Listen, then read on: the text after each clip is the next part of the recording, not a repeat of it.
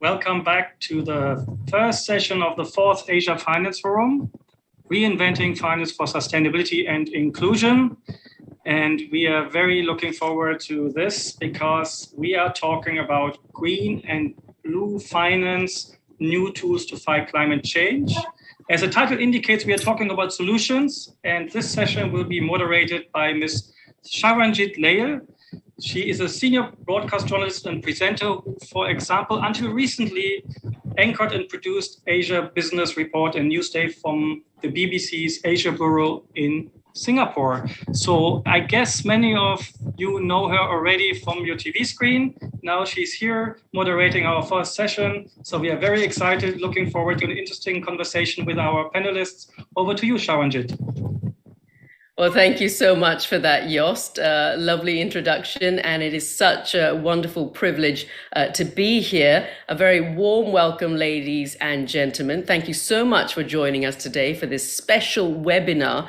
Now, as you heard from Jost, this is the first of 3 sessions for the ADB's Asia Finance Forum, where we will delve into formulas and strategies for reinventing finance for sustainability and inclusion.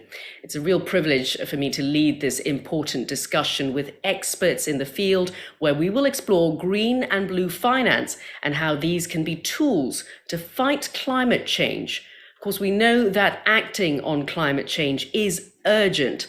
Human actions have caused our planet to overheat, and the effects of these are natural disasters, severe storms, and unpredictable weather patterns. Well, it's time to stop this urgent warming of the planet and find the right solutions for environmental problems such as climate change, pollution, and overfishing. Now, one of these solutions is money. That's right, massive capital outlays are needed to finance ways to reduce pressure on ecosystems and communities. Well, the current financing gap in green and blue finance in Asia is due to several challenges that investors face in scaling financing towards both. So please join me in welcoming our expert panelists who will discuss a range of solutions for closing this urgent gap.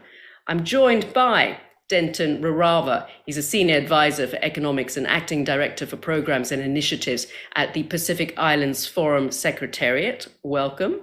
We also have Eliazar Ricote, the deputy executive director from the PPP Center in the Republic of the Philippines. We have Ernst Rauch, the chief climate scientist from Munich Re. And finally, we have Regula Sheg, Managing Director for Asia at Circulate Capital in Singapore. Well, welcome to all of you. Now, we're hoping to have an engaging and insightful session for the next hour or so. And then after that, I shall open it up to questions from all of you watching, because we want you, the audience, to participate in this webinar. So please use the Q&A chat box in the ADB AFF web app or Event Boost platform to pose your questions to our expert panelists. Well, let's kick off and start with the first question.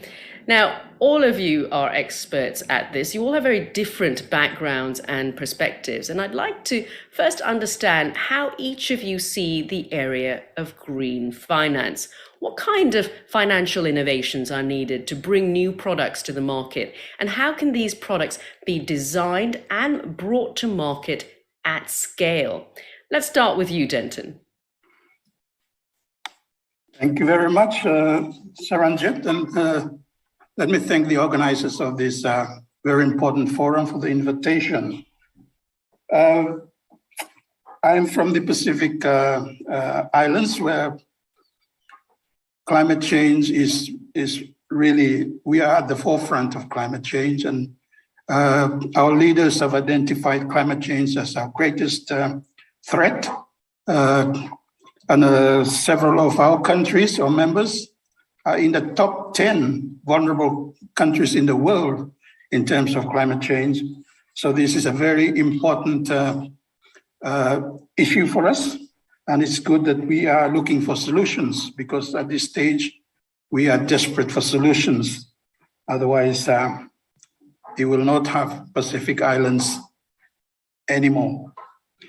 But what we are doing in the Pacific in terms of the blue and green bonds, these are important instruments that we are working with our partners to assist our member countries in terms of addressing climate change impacts. And so we are working with, for example, the United Nations Development Program and looking at researching blue and green bonds. We're working with United Nations ESCAP, looking at issues like climate change, debt for climate change swaps, which some countries are interested in. Because we are living climate change, we're desperately looking for solutions to address this situation. And might I remind us all, Pacific Islands countries are not responsible for this issue, but we are bearing the brunt. We're suffering the brunt of these impacts of climate change. So any solutions, we're very much interested in it, but solutions that don't overwhelm our very small economies, that don't add more debt to our economies. So these are important considerations for us. But we look forward to the outcomes of this very important workshop or forum. Thank you, Saranjit. Well, thank you for that, Denton. And as you say, the Pacific Islands are at the forefront of climate change. So this need to act and try to come up with innovative solutions is incredibly urgent, particularly for you and everyone else who lives in the Pacific Islands and other fragile communities that are exposed to climate change. Now, Eliezer, I move on to you. Give us your sense of perspective of the kind of green finance solutions, innovative solutions that we can come up with, and also how to build them up to scale. That's another big issue, isn't it? Thank you, Sargent. Good afternoon, everyone. I'm Eliezer. I'm Eli Ricotta from the Philippines. Happy to be joining you today, this afternoon. Thank you, ADB. ADB is based in Manila, and we're always happy to participate in very important conversations like this. I'm with the national government's PPP Center, Public-Private Partnership Center, with the agency mandated to facilitate, help, assist, guide all PPP initiatives at the Philippine government in various aspects, policy, projects, and programs. To answer your question, I think the very broad answer would be by creating an enabling environment that has in it policies, programs, and projects that promote and incentivize private sector participation, institutional participation in funding green infrastructure and urban development, natural resource management, innovation, and at least in the same way as well, encourage private sector participation, because they are the ones who can bring in the innovation, of course, financing, efficiency, and innovation that government may not have the resources or the capacity to do so. What we did in the Philippines, in response to this, at least, our Central Bank of the Philippines, the Bangko Sentral ng Pilipinas, has issued a circular and sustainable finance framework in 2020. That's a concrete policy to set out the expectations on the integration of sustainability principles by the banks in the Philippines. And the government also has gotten together, or various agencies, several agencies involved: environmental management, climate change commission, infrastructure agencies, local governments. We put together a Philippine Sustainable Finance Roadmap and put together a Philippines Interagency Technical Working Group on Sustainable Finance, and engage the private sector, engage the local banking industry here, discuss how we can put together this instruments and sustain them. This roadmap actually very clearly defines the things that are needed, and in response to the issues. Broadly, I think the issues are the need for strong coordination. I think the financial ecosystem, both government and private, needs to get together, see the need, and have a common ground in responding to sustainability and inclusion requirements. Number two is lack of awareness, and I think this conversation is a good response to that. And finally, transparency and the availability of database and projects. So this framework that we have, a roadmap, is anchored in three key pillars that we call. First, a conducive environment. As I said, these are policy inputs and actions of government. Second is mainstreaming sustainable finance, a financing pillar. This is to promote sustainable financing products, incentives and penalties, leveraging available financing and establishing a sustainable insurance mechanism, if we may. And finally, sustainable pipeline pillar, coming up with the pipeline of projects can work together on this one. A smaller effort on the part of the PPP Center, at least 4 PPPs, we put together what we call a resiliency framework for a resiliency portfolio of projects. And this is enabled to a large degree by the support from the Asian Development Bank in Manila, particularly the funding from the Urban Climate Resiliency Trust Fund, or UCCRTF, for putting together a portfolio of projects on climate resilient projects in 12 provinces and 4 metros in Metro Manila. So putting together a real database of projects we can eventually make available to the market, probably scale them and make these funds, be realized and actually generate actual investments. Thank you. Well, thanks for that, Ellie. And as you say, there is a long list of things that yes. you and your organization are doing. You're working with multilateral development banks like the ADB, you're working with the central bank. So indeed, there can be solutions. And I look forward to getting more into that discussion with you as we go into this. Ernst, let's move to you now. Give us a sense of what you think needs to happen with green finance, the kind of innovative solutions we can come up with, and also this necessity to build it up to scale. Yeah, thank you very much, Sharanjit, and thank you to the organizer for having me on this panel. Good morning here from Germany, and good afternoon to all of you. While working for a reinsurance company, our DNA is to identify, to measure, and to manage risks. So we are essentially a risk management company, and climate change and the impact from climate change, but also the questions around potential solutions is on our agenda and part of our business development strategy since decades. Actually, it goes back to the 1970s.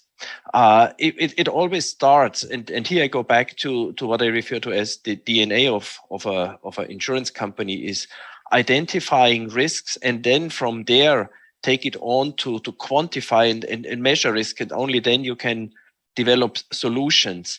And solutions, when we talk about climate change, historically have been mainly with respect to providing solutions on natural catastrophe risk transfer, so improving resilience by financial payouts after a major catastrophe.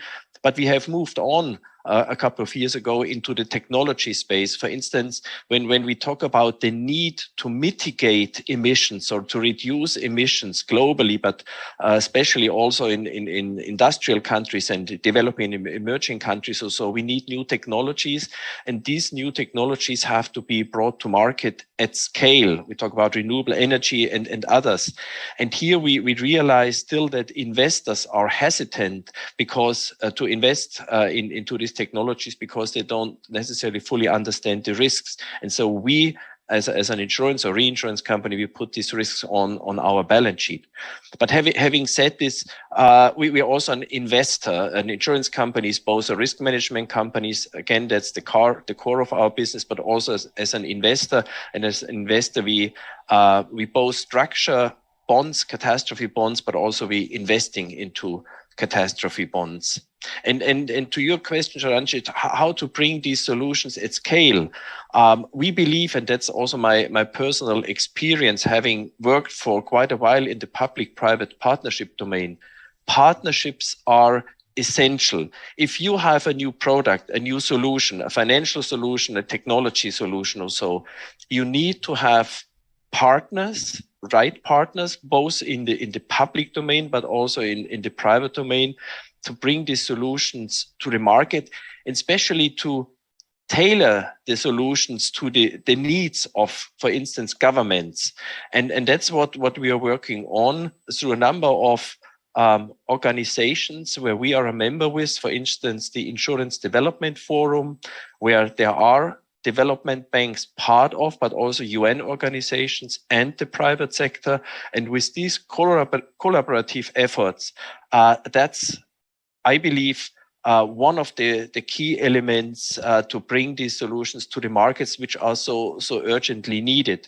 And again, it is about public and private sector collaboration.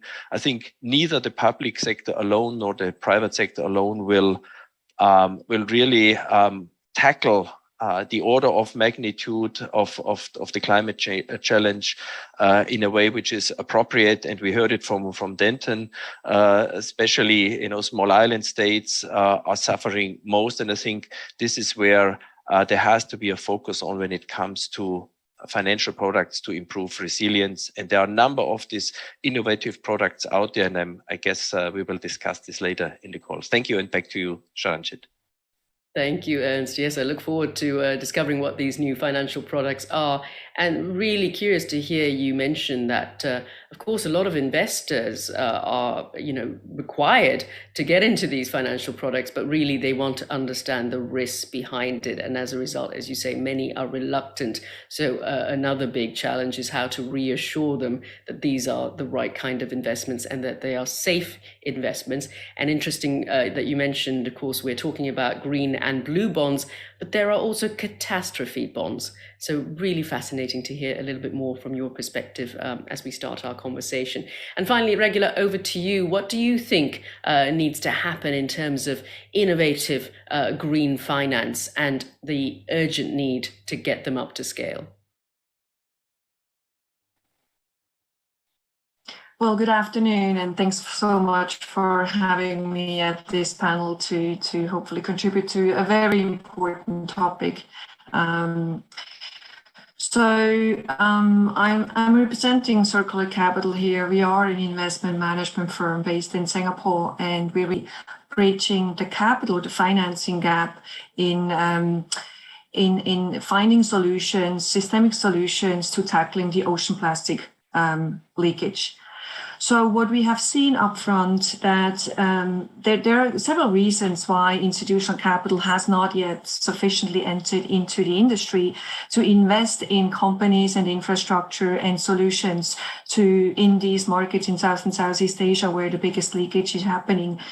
And so what we really need to understand first, I think, to attract more capital generally into green finance or blue finance is, what is the systemic problem we have at hand, and what are the systemic solutions we need?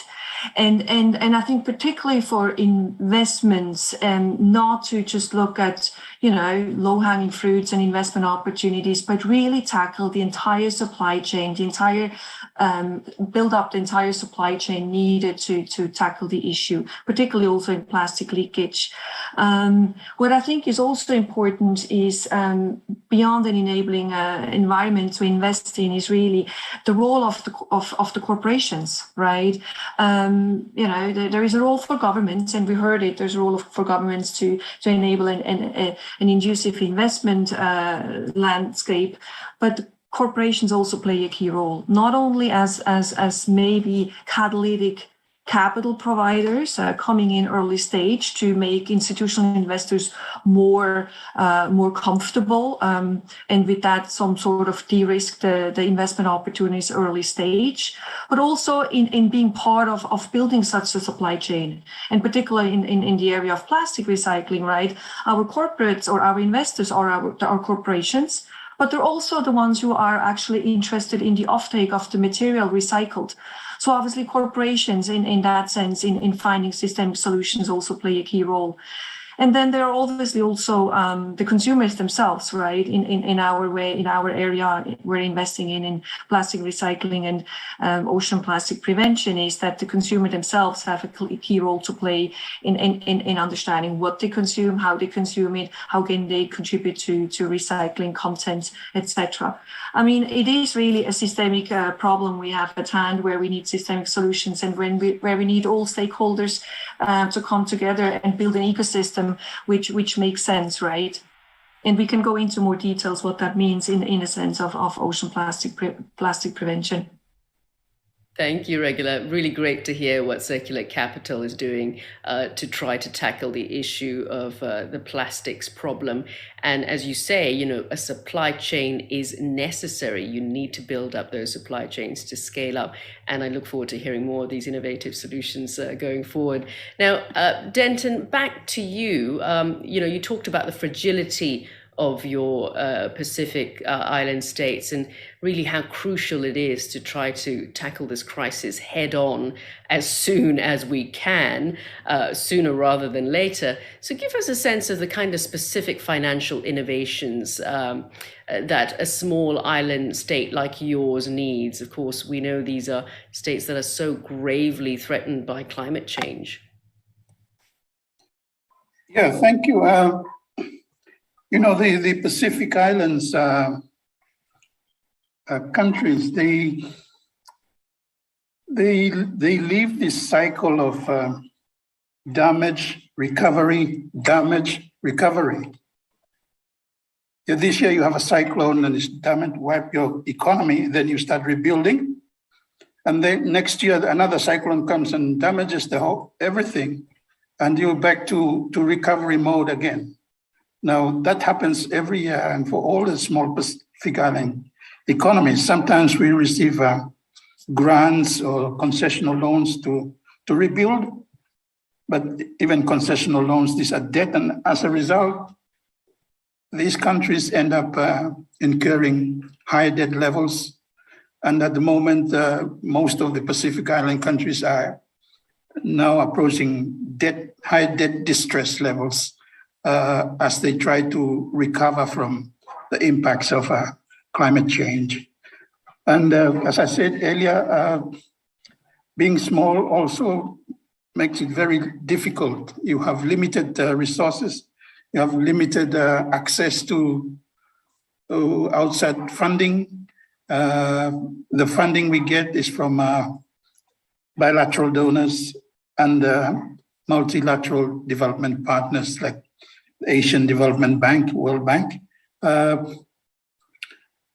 these are the issues that we have to live with, and the areas that we are looking forward to is how we can address these climate change issues, but at the same time continue to develop, continue to manage our economies in a way that we survive. And so for us, it's an existential issue. That is maybe unlike other countries in the world, the big countries in the world. But I must say that the Pacific Islanders are very resilient people. And they come out of disasters. And we have lived in this region for 6,000-7,000 years. So we will continue to do that. But as we go along, as the climate change problem intensifies or builds up, we will need to find other solutions. And that's why maybe the green and blue bonds would assist us, would help us, and also enable us to develop our economies. Just another point I want to mention. We are very small island countries, but together we are very large. We refer to ourselves as the Blue Pacific continent. We are very large ocean states.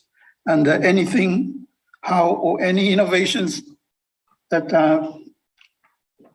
takes place in the ocean space, I think we will look forward to that. And this is an area that our governments are trying to ensure that the ocean provides for our needs. Thank you. I think that is an extraordinary response. And as you say there, the ocean is crucial for your nation. It is crucial for the planet. And it brings me very nicely to what Regula was talking about earlier, this need to eradicate ocean plastics. Of course, one of the most widely discussed global environmental issues of the past few years. Now, you mentioned, Regula, that Circular Capital has designed highly innovative financial responses to all of this. So give us a sense of what they are, or the flavor of these financial innovations.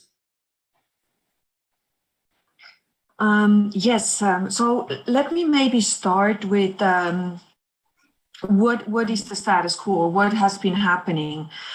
So when we started tackling the issue of plastic waste and material recovery and ocean plastic prevention, we really needed to understand. So where is the situation, or how is the situation in South and Southeast Asia? It's clear that there is lack of infrastructure, right? And there's also lack of government funding to tackle those issues, knowing that the governments have their own needs and have many different areas they need to tackle. We saw clearly a lack of capital. This industry has been chronically underserved and by the conventional financial industry, and has also not been understood, because we also see material or plastic as waste, right? And we haven't started valorizing it. But the moment we start valorizing material, whether it is plastic or it is paper or whatever, or material we consume, there is actually then the opportunity to create an economic model around that. So I think that's the first step. So we knew and saw that there is lack of infrastructure, there's lack of capital from institutional investors. There was also lack of visible pipeline. And it's one other reason why there is not yet sufficient institutional capital in this market, because you need to understand what you can invest in, right, to be able to do so. And there is lack of evidence-based track record. Institutional investors need to understand what is the return, right, beyond the impact you can have. And so with that understanding, we started really building a first fund, the Ocean Fund, which was mainly a corporate fund. Corporations which understood and saw the problem at hand, and wanted to be part of the solution. So this is different to a typical investment fund, right? Where really corporates such as Pepsi Cola, Procter & Gamble, Dow, Danone, Chanel, Unilever, Coke, Chevron, Philips, and Mondelez invested in us. And we were able to actually get a de-risking or a blended finance mechanism built in to really, by the US DFC and USAID, to actually then bring this private sector together with the public sector, right? So that was the starting point where we could actually go into the area and start understanding at a country and then at a city level, what are the interventions needed to build a proper plastic recycling supply chain. And again, from a systemic approach, meaning it starts with collection of the material, which currently is either landfilled or burned or leaking into the ocean. Then next step is understanding what is the needed capacity build up to recycle that material, whether mainly mechanically these days. And then the third step is really what additional innovative solutions are needed to support the market and bring all the market players together. So I think that was really kind of an innovative approach to how we tackle the ocean plastic leakage problem. Then what is also important is that our investors, our corporates, they do not just serve as investors per se, but as I mentioned before, they're really also key in the offtake of the material, because they committed to a recyclable content within a certain time frame, right, in their packaging. Therefore, they also have an interest in being an offtaker of the material. So we start connecting the market, right? We start connecting our corporates with those companies on the ground which actually recycle the content, the material. So that's a key part of our innovative approach. Then I think what is also important is that these corporations enable our companies to grow faster, to scale and to replicate by supporting them in bringing them to an international standard for them to be able to source, right? They enable and partner up with new product design and development. So it is really the strong interconnection between our entrepreneurs on the ground who need capital and technical assistance and our corporate investors who, beyond capital, then have an interest in supporting these companies to grow. And then I think what is really also important is that we, through other organizations and partners, as I mentioned, build an inclusive ecosystem. Now, I think we also have to understand that more than 60% of the plastic globally recycled is collected by the informal sector. And the informal sector, therefore, needs to be brought to the table as one key element and partner to solve this systemic problem we have at hand. And there also comes in the focus on beyond typical investment along the supply chain in bringing innovation and transparency into the market, because we're talking here really about fair, equitable jobs, fair pricing, transparency and traceability of the material. So you have to, again, and really well understand what are the situations on the ground within those waste jets, what are all the key players, and how can we interconnect and work together in finding these solutions. Yeah, I mean, that's a great list of solutions you mentioned there, Regula. And I was particularly struck by you saying essentially it takes all the stakeholders to work together, to come together to resolve the big challenge that is ocean plastics. And of course, the corporate players that you mentioned, teaming up with the informal sector and others, it is so crucial. But this idea of the blended finance that you mentioned leads me very nicely into the next question that I will have to Eleazar, who is, of course, in charge of PPP areas. And as you say, blended finance is a way to bring different investments in from both public and private sectors. So Eleazar, what financial innovation do you think are needed to try to build these climate resilient infrastructure investments that we've been talking about via PPP, public-private partnerships?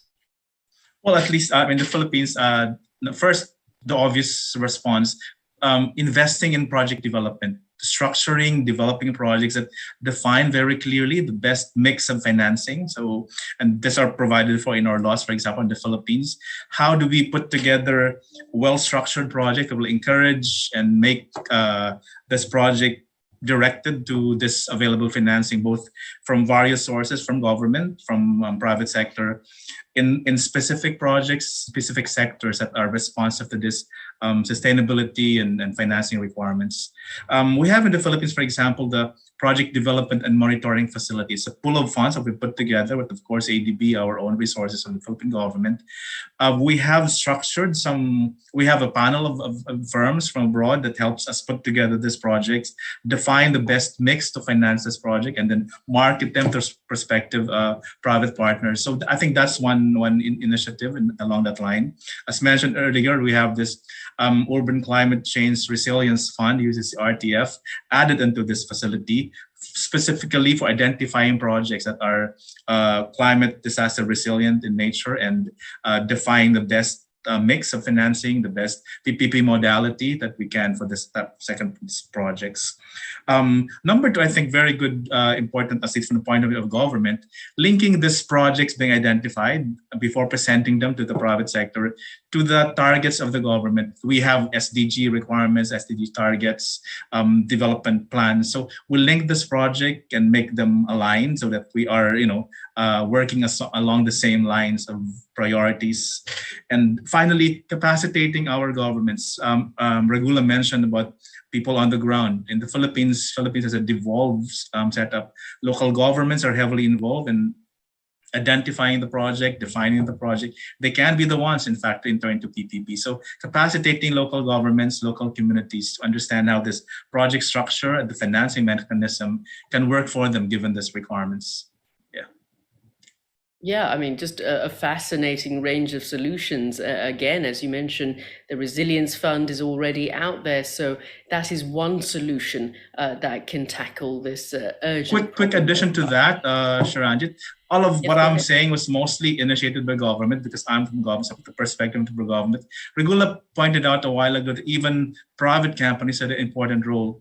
And this is, I think, where a conversation such as this is very important. There are platforms for PPPs, for example, there are market sounding activities, there are regional dialogues where we present projects, solutions, innovations. A lot has been initiated, for example, by Infrastructure Asia and Singapore. So there are platforms, venues where we, government, the private sector, financial institutions can really get together and understand how we can, as you correctly pointed out, coordinate working together financial ecosystem. That's right. I mean, we heard it earlier as well from Regular talking about all those different private companies that are involved, the Unilevers and all the other big firms out there that are really trying to tackle this issue. I guess I can move to Ernst now. We know that, Ernst, your sector, reinsurance, is heavily exposed to climate impacts. You talked about catastrophe bonds, for instance, earlier. So what are the key climate-related financial innovations do you think we can expect to see in your sector in the future? Of course, there are lots that you already have in place, but what are the ones that you think will come up in the future? And how can the reinsurance sector continue to lead such innovations? Yeah, we are most likely going to see more pool solutions. So where we see governments teaming up, plus the private sector joining governments in certain regions. There is already a pool in place since quite a while in the Caribbean, but also in the Pacific region, governmental pools are starting. And what is relatively new, that these pools not necessarily pay out after a major disaster based on sort of the losses occurred. So it's not really an indemnity-based solution. It's rather a parametric solution. And parametric means that weather parameters like wind speeds, rainfall amounts, or flood levels or so trigger the payout of such a pool solution. The advantage certainly is that this payout happens typically within 2 weeks after a disaster strikes. So there's really quick money flowing into these countries to help rebuilding and help actually already in the recovery phase after a disaster. And then further on, also supporting the Build Back Better, as it's often referred to, which is absolutely necessary. We cannot continue, and that's neither in industrialized countries or OECD countries, nor in those countries who are suffering most, so in the developing and region like the Pacific Islands or so. We need to be aware that climate change is already around us. So we need to find solutions in the financial sector, be it on risk transfer, so insurance type of solutions, or financing solutions, where whenever there has been a disaster, the rebuilding after disaster has to be done in a different way, perhaps even including relocations. And that's also an innovation which is already out there, that certain products allow for sort of an extra payout in order to build back better, to higher building standards, and even to allow for additional costs to replace. But the key is that such innovation cannot really happen and not really be used at scale if just single countries work on this. We need these collaborative efforts, and regional pools help because they bring down the risk premium and they help sort of pushing for these tailor-made solutions, because individual countries need individual solutions, and that's sort of a driver for this innovation. And let me add one other area of innovation, which is sort of indirectly only related to insurance. It was only last year that the government of Belize issued a blue bond. And the blue bond runs till 2040. And what was really innovative is that a bond still needs to be repaid. So there's an interest on this bond. However, if in the first years of the repayment by the government of Belize, catastrophes will affect the country of Belize, then there is a so-called catastrophe insurance wrapper around this bond. So insurance pays for the interest payments of the bond, so that the country, the government, is not sort of stressed double by having to repay the interest of the bond, plus having to deal with the catastrophe itself. So an interest or a loan service waiver or so, that's absolutely innovative, helping reducing this effect, this this catastrophe effect, this double hit effect after a major disaster, paying back loans, plus having to deal with the catastrophe insurance plus bonds. That's sort of the new product, which is already out in the market. Belize is one of the first examples. Back to you. No, that's really interesting to hear, Ernst. And as you say, there are solutions out there. The reinsurance industry has already come up with some of them. These pool solutions are really fascinating. And I guess at this stage, I want to throw it back to Denton, because, you know, Denton, you mentioned earlier that the Pacific Islands are exposed to so many catastrophes. And it's really interesting as well that you mentioned there are huge debt obligations when it comes to rebuilding. And the fact is, Pacific Islands are small. They are reliant on a lot of debt from other countries. And there's a real pressure to try to, you know, eradicate these, or at least find different ways that you can come up with solutions that will help some of the catastrophes that Pacific Islands face. So could you give us a sense of perhaps what you would like to see from someone like Ernst from the reinsurance sector, or Regula, who is putting together these solutions in her space, or even Ellie, who's talking about PPP? What kind of solutions amongst those that they've mentioned would work best for you as a Pacific Island nation?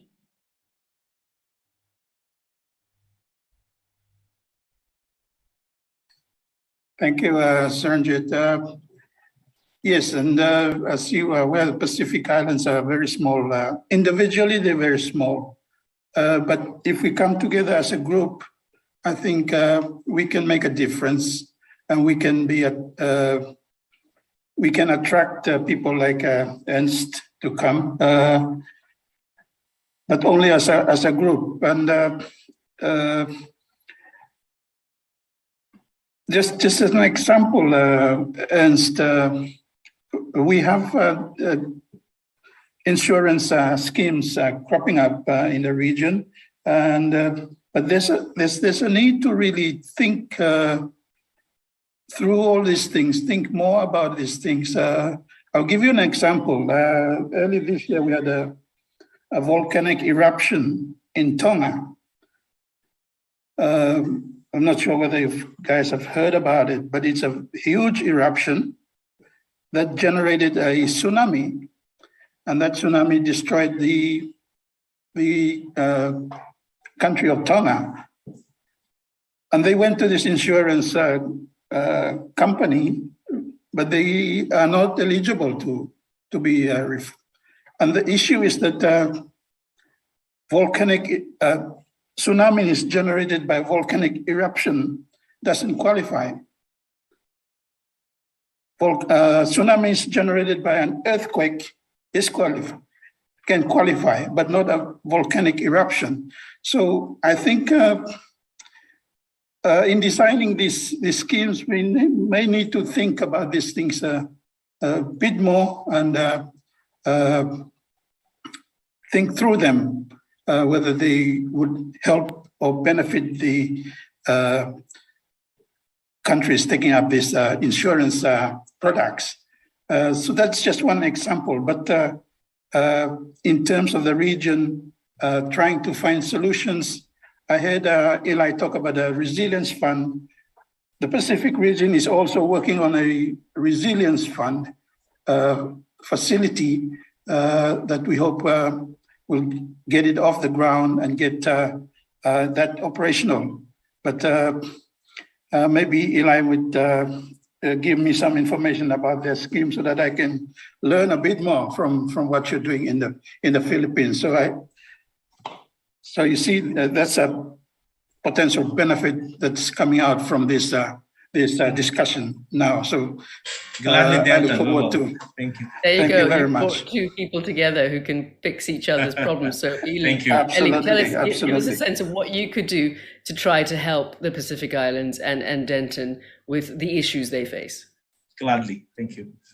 We will.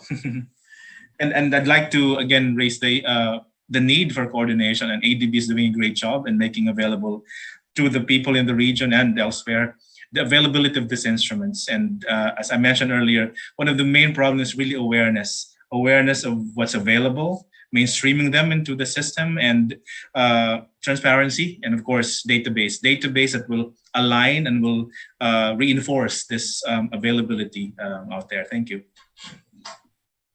That's great. Now, before I go to our closing question, I mean, we've still got a bit of time here, and we've been getting some great questions from the audience. All of you watching out there, thank you for sending through your questions. And I will go ahead and start asking some of these great questions that you've put in place, because there is a number of them, and I'd like to get to all of them before we end. So question here from Bucharest in Romania.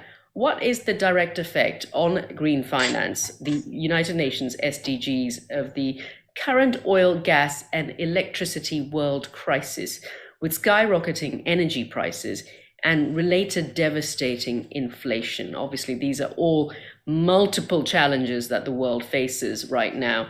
So what impact is all of this having on green finance? Because the world's got to fix so many other problems first. With this war in Ukraine, rising inflation, rising energy prices. Will green finance be prioritized in all the multiple challenges that we face? So I guess that is the gist of that question. So if anybody wants to pick up that question and answer it.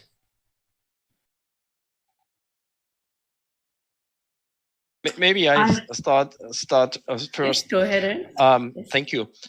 We with all the challenges which we are having, we have to be aware that certain of these challenges are running on different time scales. Yes, we have the energy crisis, the supply crisis, the oil and gas, and all these crises which have been mentioned, and they have to get top priority. But nevertheless, we have in parallel other crises, not just building up, they're already there. The climate crisis is already there. And so we should not deprioritize climate change sort of below the other crises to fix. Unfortunately, I think we have to face reality. We have to work on these individual crises in parallel. I think it would be entirely wrong, especially our children and grandchildren would not necessarily forgive us if we sort of drop the climate crisis now or push it back to say, well, let's fix this one when we have already solved all the other topics or so. So what I'm trying to say is, unfortunately, yes, the world has become extremely challenging in the last months and years, and currently, yes, we are living in crucial times, not to forget the pandemic, actually, by the way, or so. But what is important is to face these crises and not just push them under the carpet and say, well, climate is not important anymore because we have to solve the energy problem or so. We need to do these things in parallel. And what is, I think, a very, very clear message from all these crises: we cannot continue the way we run the world, we run this planet in the future as we did in the past. Resilience is not just a buzzword. So whatever we do, and also in the financial sector, and looking at tackling this crisis and finding solutions, they have to add to the resilience of our society. And I'm getting back to this very concrete example of not just financing or providing finance or insurance after a major natural catastrophe. Build back better. Have in mind that the world is not going to get easier and better when it comes to natural disasters. We clearly see as an insurance company or reinsurance company the increasing frequency and intensity of the events. And Denton, I think, made it very clear how much they are suffering and feeling this or so. Let's not drop this from the agenda. Let's have them as top priority. Do things in parallel. Yes, it's a hard thing to do. And take resilience very seriously, and not just a buzzword and say, well, let's do this as we did it in the past, just a little bit different. It has to be very different, and we have to think about our future and the future of our children and grandchildren. Thanks to you. Yeah, very well said, Ernst. And as you said there, it is crucial that this needs to be tackled, not for the next generation in 10 years from now, but now. And of course, Regula, I think you were going to jump in there, and I'd like to move on to you now, because as a fund, you are looking to raise money. So are you finding it more challenging now in this environment of, not just inflation and energy prices soaring, but the issues around the pandemic as well, these multiple challenges that so many investors are facing, these things that they need to tackle? Is it something that you feel is being prioritized, and is your company being prioritized alongside it? Well, it's a very broad question, and I would like to answer that. But can I just build on just briefly on the actual oil Absolutely. price? Because I think we need that is actually something to really put into perspective in our case. So going back to the topic of valorizing plastics, right, and recycling of plastic, the higher the oil price, the more economical recycling becomes. We've done some studies, and it may not be absolute correct, but between $70 to $80 a barrel, or between $65 and $75 for a barrel of crude oil, means that plastic recycling is at par and becomes economically interesting. So obviously, the more pressure on the oil price, the more favorable the industry becomes in that sense. We have seen that as a big issue during COVID, right, in the beginning in early 2020, when we have a historically low oil price, which then really hit our companies and the development of the industry very hard. I think we talked and we heard from Ernst about climate crisis, right, climate change, and I think it's often not seen that actually plastic recycling is at the nexus of climate change, meaning that if we recycle material and we don't leak it or burn it, or we can prevent significant greenhouse gas reduction. So that is, I think, the current situation.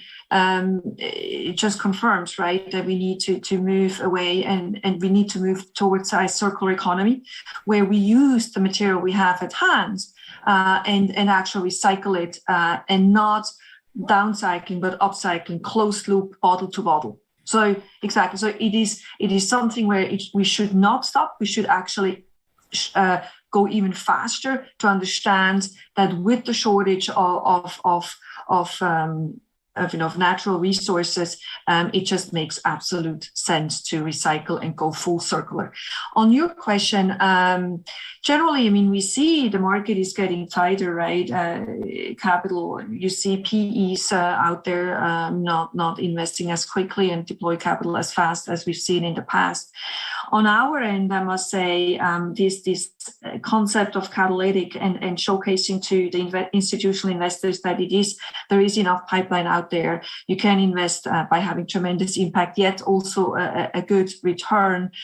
We've seen capital coming in, and we launched a new fund, which is not a corporate fund, but a institutional and private family foundation and private investor and family foundation fund.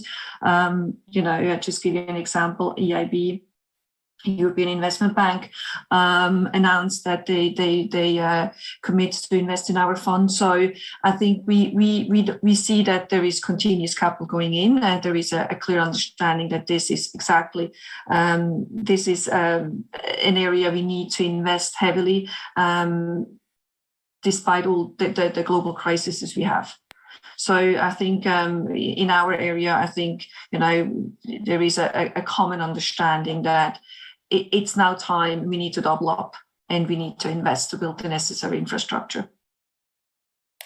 Thank you for that, Regula. And really crucial, as you mentioned there, it is all about circularity, isn't it? High oil prices does impact plastic, and everything else is all interlinked.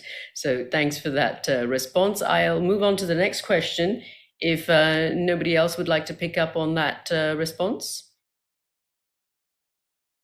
Okay, I will go on to the next one. And this is a really fascinating one, because I guess the issue around green and blue bonds, we've been talking about them a lot. They are one solution to help resolve the many challenges out there, but they often don't have a standardized, consistent form of regulation around that. And there's an understanding that the EU is trying to create some regulations around these kind of bonds. So here's a question which basically asks, foreign institutional investors favor jurisdictions where there is regulatory certainty. So what are some of the key issues in financial regulations and policy that need to be tackled in Asia, where perhaps there isn't as much consistency in the regulation? So who would like to answer that question? Maybe Ellie, you might have some insight on this, working with both government and public-private partnerships. Well, it's relatively still new in the Philippines, but I think what we did is to put together that sustainable finance framework. And I think this is where we have to map out very specific requirements in terms of regulation, incentives, penalties, insurance mechanisms. How do the sector, at least in the Philippines, the banking sector in the Philippines, respond to that? Have a continuous dialogue? How to comply with all of that? It's really an ongoing, I'll say, work in progress as you go along in terms of policy and regulatory requirements. But as you correctly pointed out, an international set of guidelines would probably help for like regions that are developing still or very at the infancy stages of putting together this kind of instruments. And yeah. That's great. Thank you. Ernst, perhaps you have some insight in this, as a reinsurer working, how important is regulation around, managing these various bonds that are being issued out there? Yeah, indeed, it is very important to have clear guidelines, a clear framework, and have the same understanding what green means and blue means, right, and what does it not mean. So it's absolutely essential. It's not just about reputational risk or so. It is about sort of a tangible impact from investing in these bonds. I mean, talking about regulation, you always have people who are not so happy with regulation because you have others sort of providing this guidance or so. But I think when it comes to financial investments, and we have here in Europe, we have these discussions about the EU taxonomy, what is green, what is sustainable, what is not sustainable, natural gas, nuclear, and others or so. But I think it's absolutely valuable to have clear regulation in order to have investments flowing at scale. And by the way, regulation can also mean that there are sort of different shades of green, if you right, allow me to say this or so. And then the investors know what they're investing in or so. But what is not helpful is to have sort of a blurry situation where no one exactly knows what it is. And then, for instance, us as Munich Re, our own investors are calling for a company, for Munich Re, to be very green, very sustainable, and to be very strict with ESG matters and ESG rules. Mm-hmm. So we would rather invest into products which are sort of dark green, if you allow me to say. But others might be fully okay with sort of having lighter green investments or so. But again, regulation, clear framework is helpful in order to have more financial flows into this area. Yeah, absolutely. And of course, bearing in mind that, the insurance sector is highly regulated as well. So it is nice to have a consistent set of policies that investors can perhaps take comfort in and have some trust in them. As you mentioned earlier, one of the big issues is this sense of distrust that investors have because they're worried around the risks of some of these financial products. Now, it's another question here, unless anybody else wants to pick up on that question, I can go on to the next one. This is a question that's directed at Regula. It's our understanding that for the case of global plastic pollution, it is the global plastic polluters who are at the heart of having created the problem, but who are now also the main financiers of the solution. So how do we resolve the tension by incentivizing these polluting industries to invest in changing those parts of their business models that are at the root of the problem? That's a tough question, isn't it? How do you manage to incentivize them? Is it something the government needs to do? Is it something consumers need to do? Should consumers start speaking out about plastic? What do you think is a solution there, Regula? Well, Well, I think it is really all upon us as individuals, first and foremost, to question our own behavior and our consumption patterns, and as a consumer, right? Then I think really what we see is an increased interest of those corporations to bring the issue at the forefront and core to their strategies. Now, obviously, recycling of material, which packaging they produce themselves, is one way to go.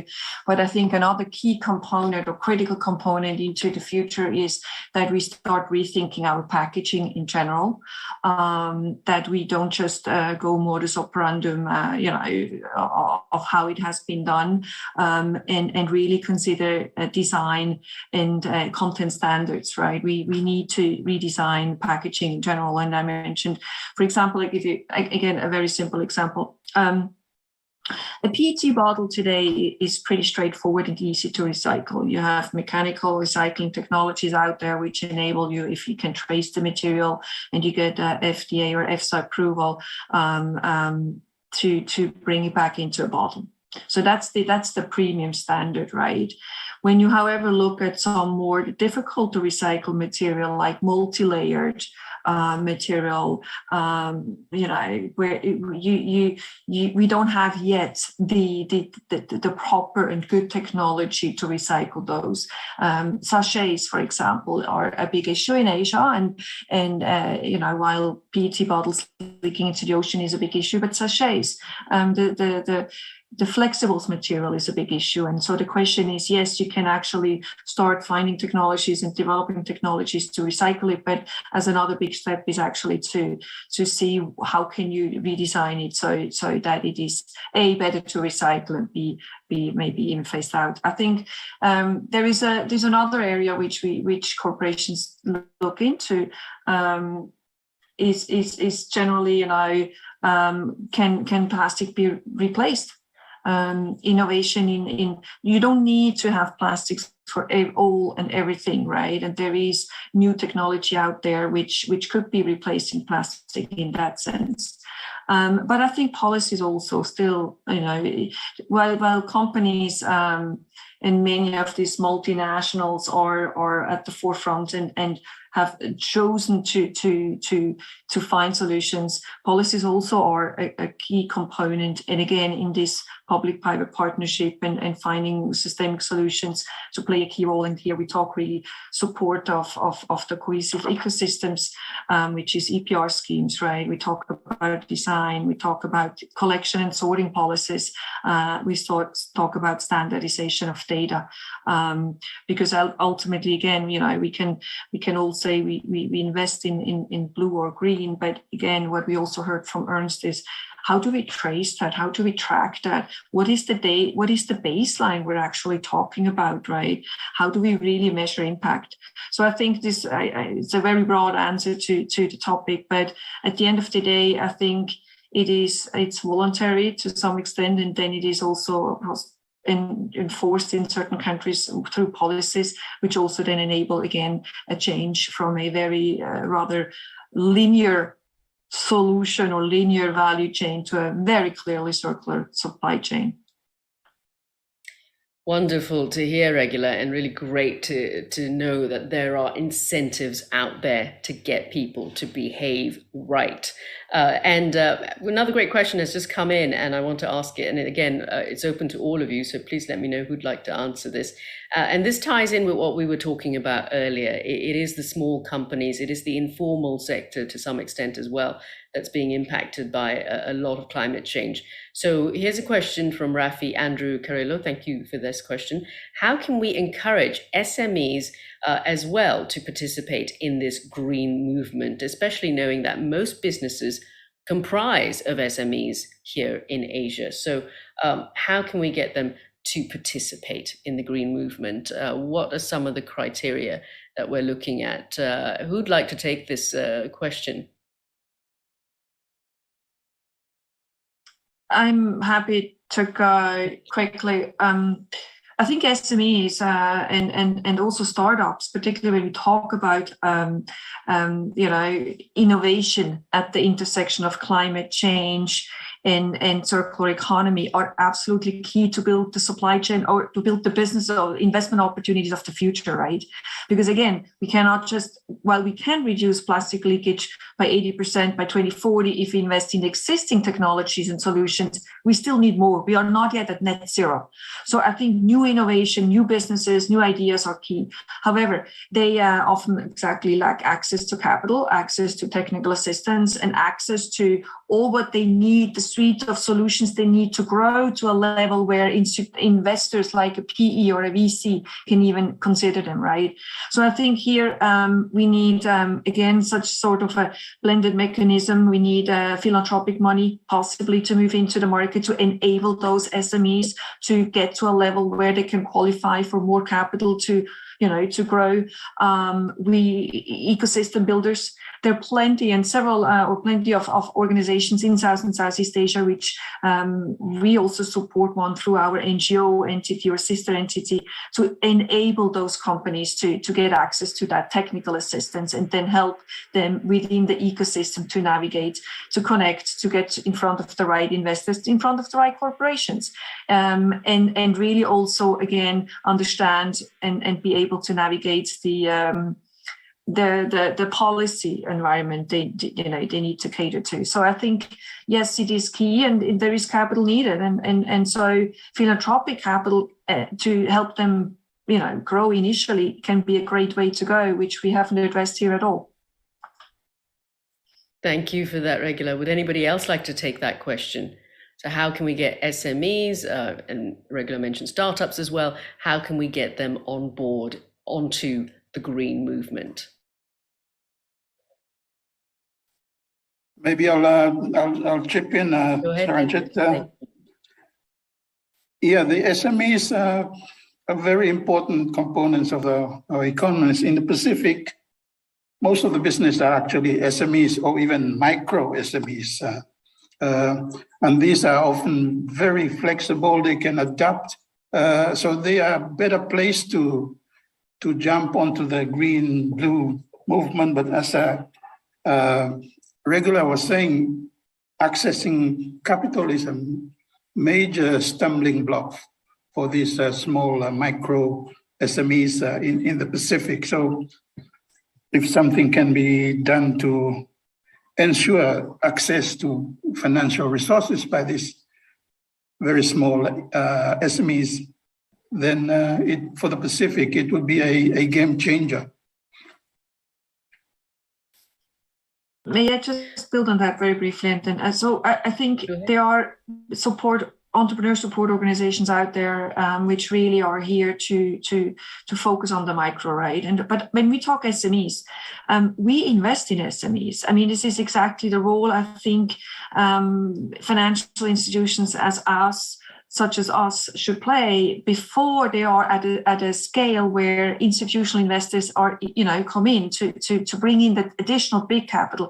I mean, we invest in companies which need as little as $500,000, $1 million. Sure, we also invest in companies which need as much as 15 million, right?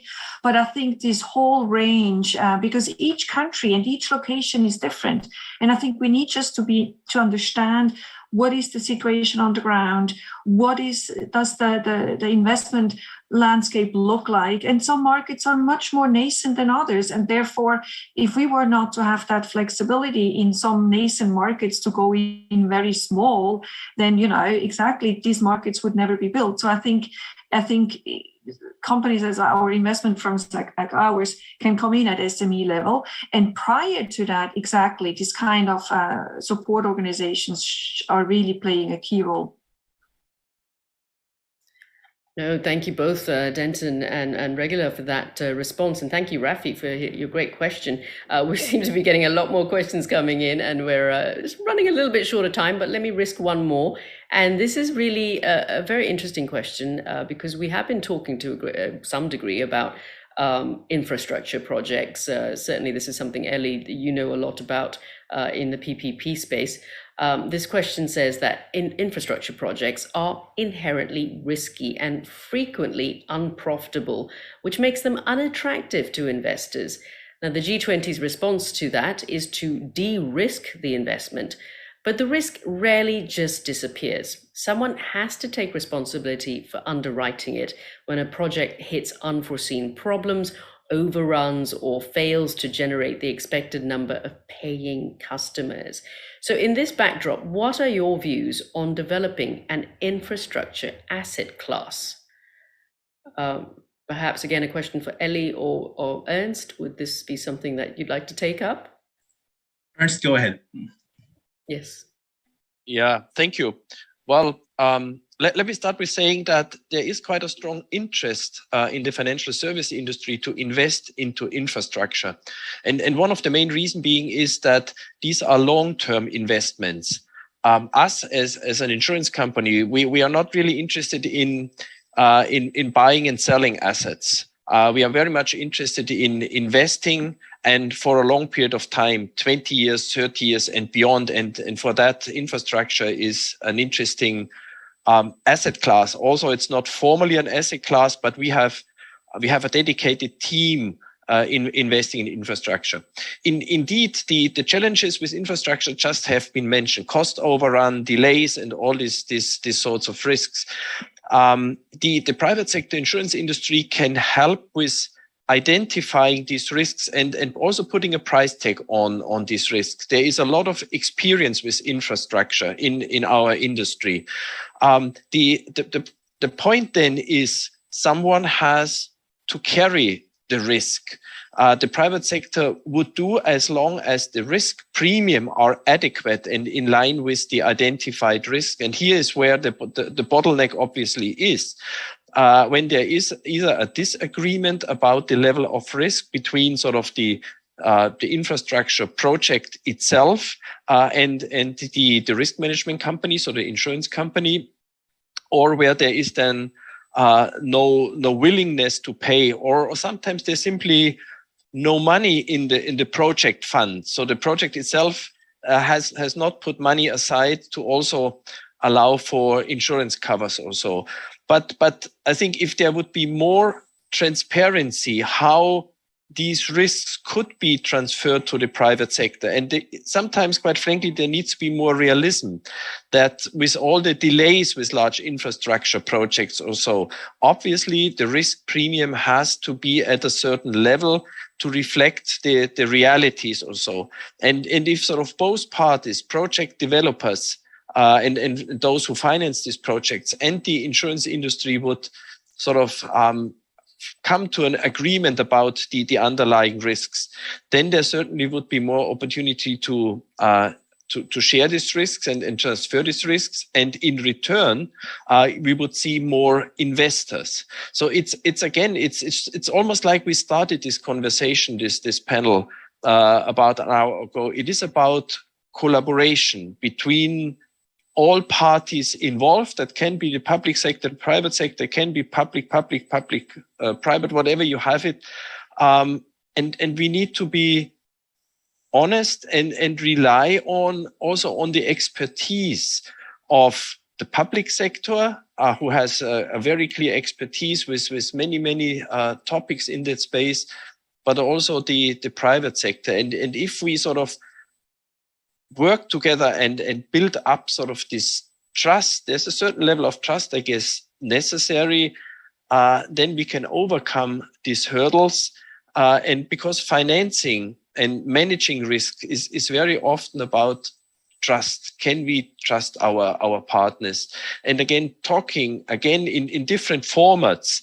I'm getting back to this insurance development forum where we have UN organizations, development banks, the private sector there. So, but there are many other formats out there to engage with all parties involved, and then I would expect we see more infrastructure projects being financed and the risk being managed by private and public-private partnerships.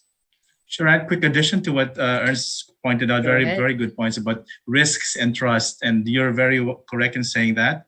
I think it goes back as well to diligent project preparation, structuring of the project. The project, there are instances, and our mechanism example allow that, can be unbundled. As projects, infrastructure projects can be unbundled to very specific components, operations, maintenance, technology, and in the unbundling process, delegate which can best be done by the private sector, which can best be funded by, for example, government resources, provided some form of guarantee. So there are mechanisms to really structure and develop the project in a way that is viable for private sector and therefore enticing as well for these instruments to come in and participate. Again, at the end of the day, diligence in project structuring and preparation and clarifying these risks and how they can best be mitigated still to make the project at the end of the day viable. Thank you. Yeah, thank you, Eli. And if I may add here, so what is also important is to engage the risk carriers at a very early stage in the project development, so that if risks are already identified, they might be sort of mitigated or reduced or so, which reduces then in time also the risk premium or so. Again, it's about trust and collaboration. Yes, quick add. In the Philippines, we put together, Sharanjit, a preferred risk allocation matrix. It's some form of a list of risk undertaken in the previous project in various stages in financing, construction, some form of a template that our projects in the future can take on from in terms of how the risks are identified, what risks are per sector, per type of project, and how can they be mitigated in actual contracts. So some learning from previous projects and moving forward better in putting them together into actual contracts. Thank you. Thank you both for your responses there. Some really insightful discussion there brought on by risks in infrastructure projects. Really fascinating to hear that they can be to some extent mitigated. Here's a question that's a follow-up from what we talked about earlier, and I'm just going to take this one very quickly. We've only really got about 10 to 15 minutes left to our discussion. So this is a question that follows up on what we were talking about in regulation earlier, and obviously the taxonomy defined by Europe versus ASEAN. So the question essentially asks, is there any concern regarding the different taxonomy defined by Europe or ASEAN? Because of course this can lead to difficulty in establishing the financing framework to enable financing conditions in developing countries. That's a great question there from Judy Tay. Thank you so much for that question. Is this something one of you want to pick up very quickly?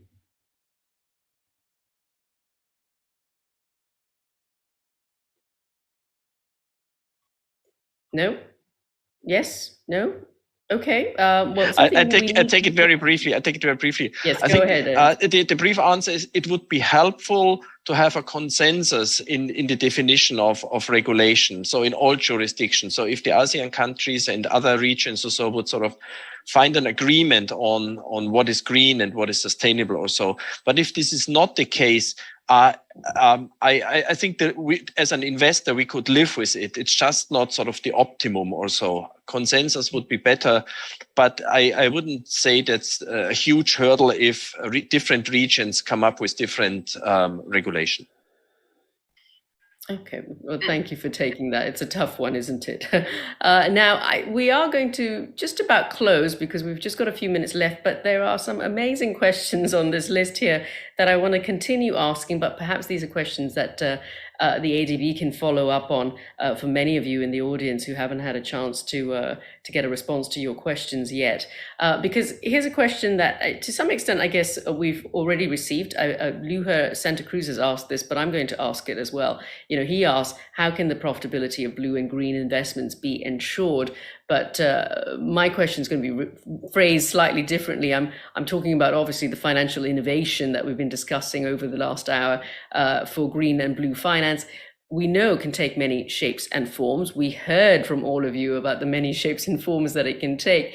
But some of them we know will succeed while many others will not. So which one, pardon the pun, would you put your money on? So let's start with you, Denton. As a way to close, what would you put your money on? Well, I think for the Pacific region, there's climate change. We have lived with it, and we realize that it will be with us for eternity until the good Lord returns. So anything, any innovation, any products that addresses climate change is something that is of priority to us. We will very much like to see that those kind of products. I know we are resilient people, but as the storm gets stronger and more intensive, and as they happen more regularly, more frequently, it's becoming difficult to deal with the impacts of climate change. So anything, any product, any innovation that deals with climate change, we would be very interested in that. Thank you. Thank you so much for that, Denton. Ellie, I move on to you. What are you putting your money on in terms of what's going to succeed in green and blue finance? I think green bonds, I'd say. In the Philippines, for example, though small, we have since 2016 issued bonds around sustainable bonds around $4.5 billion US, and a big chunk of that are on green bonds. The next in rank are social bonds and sustainability bonds, around 1 billion or 61 million for the sustainability bonds. But I think this is an evolving set of instruments, I would say, Sharanjit. As we go along, this would take some more form, as Ernst was saying, different shades of green. And then this would eventually be responding to the actual needs as we structure a real pipeline of projects. Thank you. Thanks for that, Ellie. Let's move on to Ernst. You were mentioned there in terms of the kind of many products that your company and others in your industry are putting out there. So which one would you put your money on in terms of real success at this point?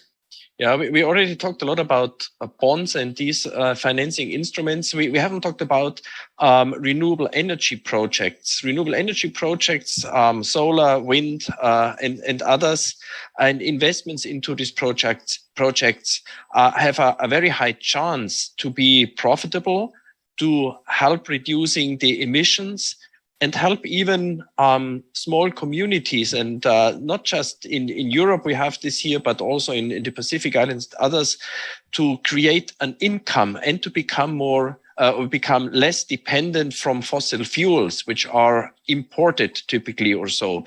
So investing into renewable energy technologies and using also risk transfer solutions, insurance solutions, which allow for guarantee performance of these technologies for up to 20 years, 25 years when it comes to solar or so. That would be helpful and provide investors with a good level of security that they will see the returns which they have planned for. Thank you, Ernst. And finally, can move to you, Regula. What are you putting your money on, aside from, of course, your own funds? Yeah, I would say any investment opportunity project which is really tackling the issues systemically, anything which really tries to understand the situations locally on the ground and bring all the key stakeholders together as a strong force, right?